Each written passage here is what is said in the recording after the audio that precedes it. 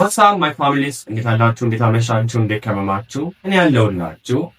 እንደምታውቁት ባለፈው የመጀመሪያ ቪዲዮ ይለቀቅ ነበር። እናም እንደወደዳችሁትና ቀጣይ በተሻለ ነገር እንድመጣ አሳውቃችሁኛል በኮሜንት ላይ። እጅግ በጣም ወዲያው ነው የምታደርጉልኝ ትብብር እጅግ በጣም እያመሰገንኩኝ ዛሬም እጅግ ልብ አንጠልጣይ በሆነ እውነተኛ ታሪክ ይዤላችሁ የመጣሁ ሲሆን እስከ ታሪካችን መጨረሻ ድረስ ላይክ፣ ሰብስክራይብ፣ ኮሜንት፣ ሼር እያደረጋችሁ እስከ መጨረሻው ደቂቃ ድረስ አብራችሁን እንድትቆዩ እጠይቃችኋለሁ። ወደ ቪዲዮ እንሂድ።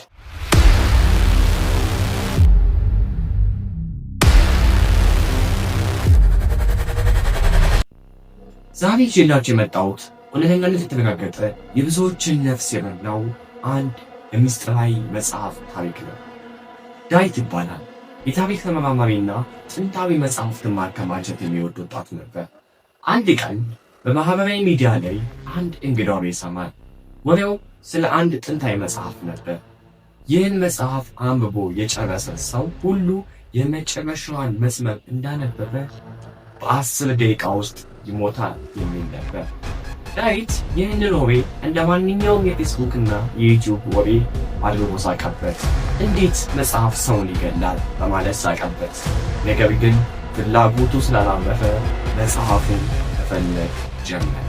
ከብዙ ልፋትና ድካም በኋላ በመጨረሻም በኒውዮርክ ውስጥ በአንድ ጥንታዊና ጨለማ በበዛበት የብሉይ መጽሐፍ መደብር ውስጥ መጽሐፉን አገኘው።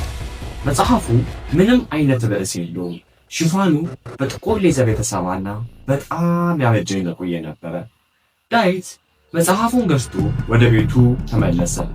ብቻውን በሚኖርባት ጠባብ ክፍል ውስጥ በሩን ቆልፎ መብራቱን አጥፍቶ በጠረጴዛው ላይ በአንድ ሻማ ብርሃን መጽሐፉን መግለጥ ጀመረ።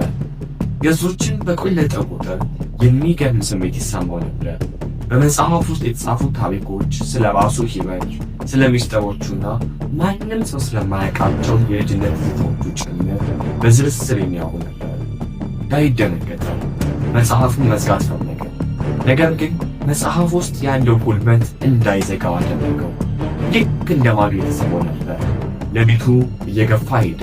ዳዊት እያነበበ ወደ መጨረሻው የመጽሐፉ ገጾች ተቃረበ። በየገጹ ላይ የራሱን የወደፊት ሕይወትን ጭምር ማየት ጀመረ። እናም በመጨረሻ የመጨረሻው ገጽ ላይ ደረሰ። በመጨረሻው ገጽ ላይ እንዲህ የሚል ጽሑፍ በደም ቀለም ይመስል በቀይ ተጽፎ ነበር። ይህንን ታሪክ እዚህ ጋር አብቅተሃል። አሁን ሰዓትን እይ። በትክክል ከ10 ደቂቃ በኋላ ትሞታለህ ይላል። ዳዊት ደነገጠ። ከወንበሩም ተነሳ። ልቡ ይመታ ጀመር። ሰዓቱን አየ። በትክክል ከሌሊቱ 8 ሰዓት ይላል። ይህ ተራ ቀልድ ነው ብሎ ራሱን ለማሳመን ሞከረ።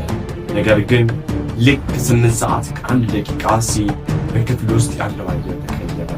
ቅዝቃዜውን ጨመረ። 8 ሰዓት ከ3 ደቂቃ የቤቱ መብራት ራሱ መብራትና መጥፋት ጀመረ። ውሾቹ በረጅሙ ጮኹ።